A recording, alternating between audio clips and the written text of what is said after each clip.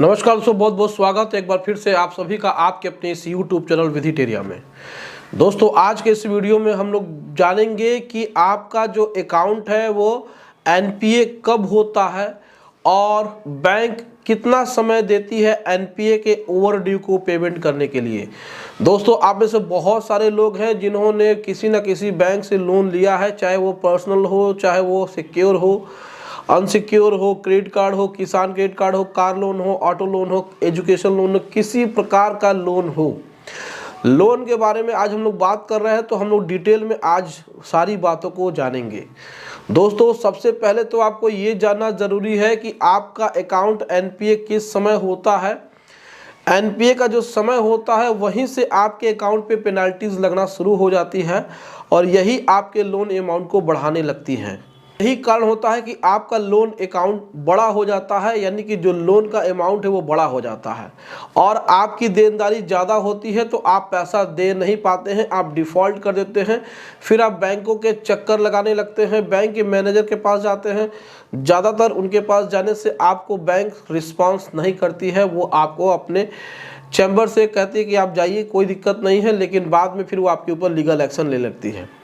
दोस्तों, हमेशा याद रखिए कि आपको अपने अकाउंट को एनपीए होने का समय पता होना चाहिए।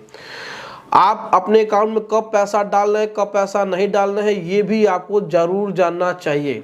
अब आप कहेंगे सर हम तो हमेशा पैसे डालते हैं, ये कौन सी बात हो गई। लेकिन अगर आपने 2 साल 3 साल पहले कोई भी ईएमआई बाउंस की है, 3-4 ईएमआई बाउंस की है, उसके बाद आप पैसे डाल रहे हैं, तो आपको तो पता नहीं चलेगा कि अकाउंट एनपीए कब होता है, क्योंकि बैंक आपसे पैसा लेता रहता है। लेकिन आप स्टेटमेंट नहीं लेते हैं, बैंक भी स्टेटमेंट नहीं देता है। आप बैंक के भरोसे बैठे रहते हैं, बैंक आपको इसी तरीके से गुमराह करता रहता है और आपका अकाउंट का जो अमाउंट है वो बढ़ता जाता है और बढ़ते बढ़ते एक दिन अचानक से आपको नोटिस आती है।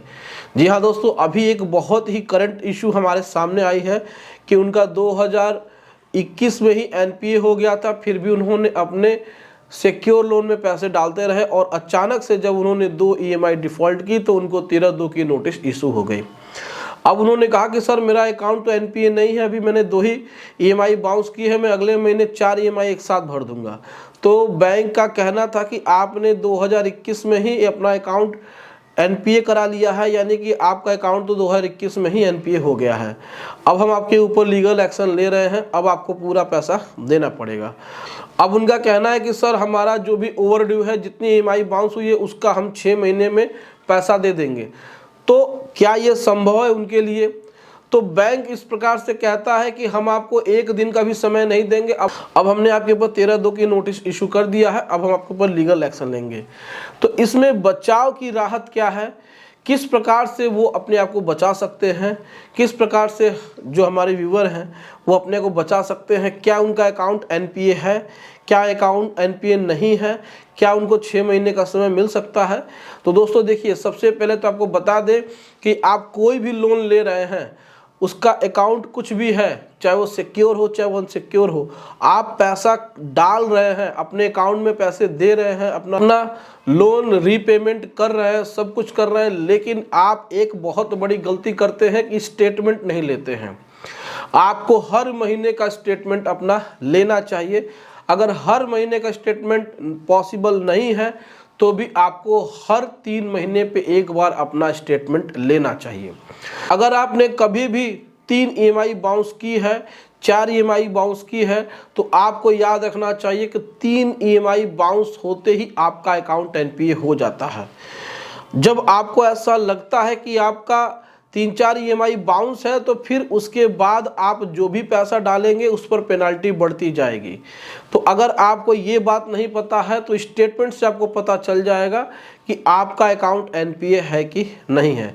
तो 3 महीने का स्टेटमेंट लेने से यही पता चलता है कि आपने जो पैसे जमा किए हैं उसमें कुछ पैसे बढ़ कर के लिए गए हैं क्या। अब इसमें यह है कि आपका जो भी ईएमआई बाउंस हुआ है उसके लिए बैंक समय बिल्कुल नहीं देता है।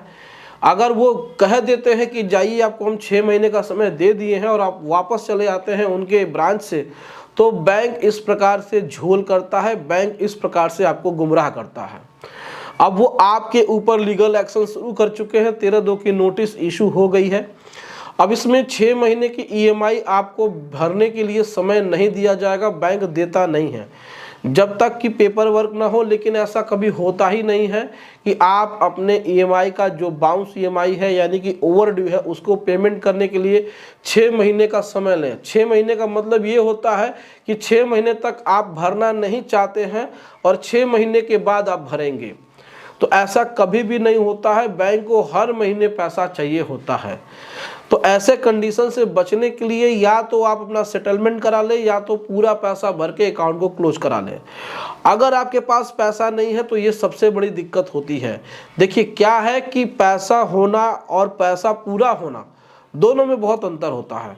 अब पूरा पैसा नहीं है, थोड़ा पैसा है, तो उस थोड़े से पैसे में आप अपना सेटलमेंट करने की कोशिश करिए। लेकिन बैंक के भरोसे मत बैठिए कि वो आपको समय दे देगा, 6 महीने का समय दे देगा और फिर वो 6 महीने के बाद अपना पैसा भर सकते हैं। बैंक आपके खिलाफ 13/2 की नोटिस इशू कर चुका है, इस बात को राजीव जी आप समझ लीजिए। लेकिन आप ये सोच रहे हैं कि आपका जो केनरा बैंक है वो आपको समय दे देगा, तो बैंक बिल्कुल समय नहीं देता है। वो 13/2 की नोटिस इशू होते ही फिर 13/4 की नोटिस समय पे देगा, फिर उसके बाद आपके प्रॉपर्टी का डिस्क्रिप्शन पेपर में निकालेगा, फिर वो ऑक्शन के लिए जाएगा, फिर वो डीएम के पास जाएगा। तो जब तक बैंक लिखित में आपको न दे दे कि 6 महीने का समय आपको रीजनल ऑफिस से मिल गया है, आप 6 महीने के बाद अपना ओवरड्यू पे कर सकते हैं। अगर आपके साथ कोई धोखाधड़ी होगी तो वो बैंक के ऊपर आप केस कर सकते हैं उस पेपर के आधार पे। लेकिन यहाँ पे बैंक किसी को पेपर नहीं देती है, लिखित में गारंटी नहीं देती है। तो राजीव जी आपको समझना चाहिए कि आप बिल्कुल भी उनके भरोसे मत बैठिए। आपको सेटलमेंट कराना है, बिल्कुल सेटलमेंट करा सकते हैं, इसमें प्रक्रिया चल रही है, आपको कोई दिक्कत नहीं होगी। लेकिन आपका अकाउंट अगर एनपीए है और उसके ओवरड्यू को पेमेंट करने के लिए आप 6 महीने का समय चाहते हैं बैंक से, तो ऐसा बिल्कुल संभव नहीं है, किसी कानून में ये नहीं लिखा है। अगर कोई भी बैंक का एम्प्लॉय ऐसा बात करता है तो वो झूठ बोल रहा है, क्योंकि वो लिखित में उस बात को नहीं दे सकता है, इसीलिए वो जानता है कि ऐसा होता नहीं है, इसलिए वो नहीं दे सकता है। तो आप अपने लोन का सेटलमेंट कराइए, इसमें कोई दिक्कत नहीं है, लेकिन 6 महीने का समय बैंक नहीं देगा। और साथ ही साथ आपका अकाउंट एनपीए तब होता है जब आपका 3 महीने की ईएमआई बाउंस हो जाती है। तो दोस्तों आप भी जानकार रहिए, आप भी अवेयर रहिए, आप भी सचेत रहिए। अगर आपके साथ ऐसी कोई घटना घटती है तो आप अपने हर 3 महीने का स्टेटमेंट लेते रहिए। और बैंक का कोई भी अधिकारी, कोई भी एम्प्लॉय ये कहता है कि हम 6 महीने साल भर का समय दे देंगे, तो वह झूठ बोलता है। आपको लिखित में उनसे दस्तावेज लेने हैं, लिखित में उनसे लेना है, तभी जा कर के आप उन पर भरोसा कर सकते हैं, नहीं तो आपके साथ भी ऐसी घटना घट सकती है। तो दोस्तों ये जानकारी आपको कैसी लगी आप हमें कमेंट करके अपनी राय ज़रूर बताएं। दोस्तों वीडियो अच्छी लगी हो तो वीडियो को एक लाइक ज़रूर कर दीजिएगा, इसे अपने दोस्तों और रिश्तेदारों में शेयर करिएगा और हमारे चैनल को सब्सक्राइब करके हमें सपोर्ट ज़रूर प्रदान करिएगा। Thank you so much. जय हिंद दोस्तों।